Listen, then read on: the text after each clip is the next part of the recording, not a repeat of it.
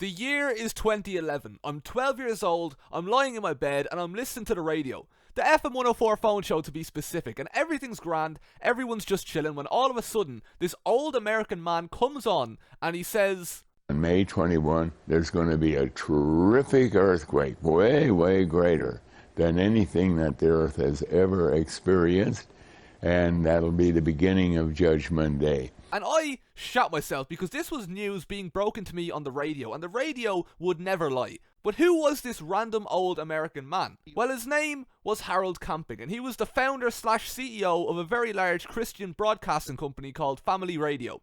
Due to an incredibly complex maths equation that he figured out through reading the Bible, Harold Camping believed that at 6 p.m.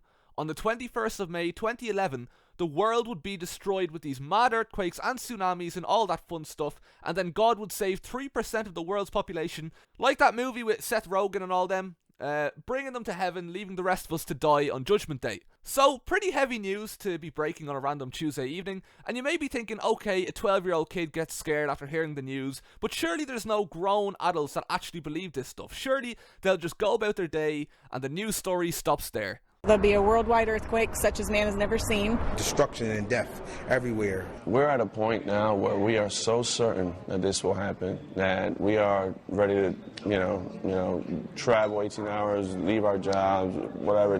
We know. The problem is that Family Radio at its peak had 2 TV channels and over 200 radio stations to broadcast Camping's message in various parts of the world. He also had his own TV show called The Open Forum, which helped him build a following over time.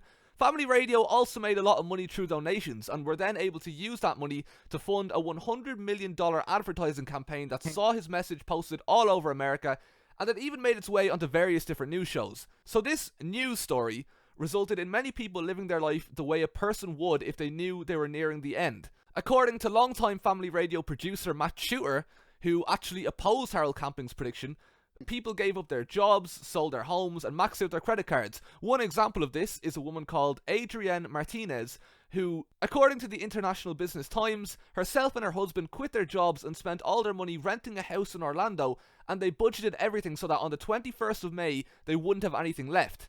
Another is a man called Robert Fitzpatrick, who believed he was drafted by God to save people, so he spent almost his entire life savings, $140,000, on advertising the Judgment Day all around New York. However, not everyone took the same approach to the news.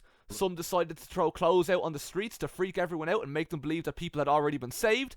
Some decided to release hundreds of helium-filled sex dolls across America. Some decided to try and sell Rapture insurance. And some decided to make money by dog-sitting for those who got called up to heaven. I spent my Judgment Day in Dundrum with my cousin. I remember it like it was yesterday. Proper sweating it. We're gonna die. We're all gonna die, I'm thinking to myself. I just remember looking down, checking my phone, and then nothing happened. It was 7 o'clock actually. I completely forgot about the Rapture because I was getting a new PlayStation game and the whole everyone dying thing kind of slipped my mind a bit. But other people weren't so lucky. This poor fucker, for example, shows up in front of everyone at 6 o'clock after spending all his life savings. And I'll just play the clip.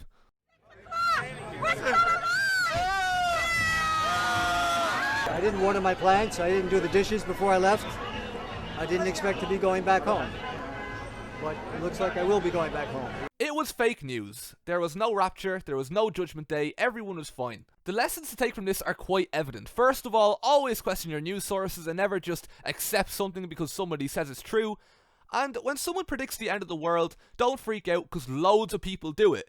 The Mayans said it'd be 2012, David Meade said it'd be 2017, Ronald Wineland said it'd be 2019, Gene Dixon said it'd be 2020. Actually, that was a really good guess.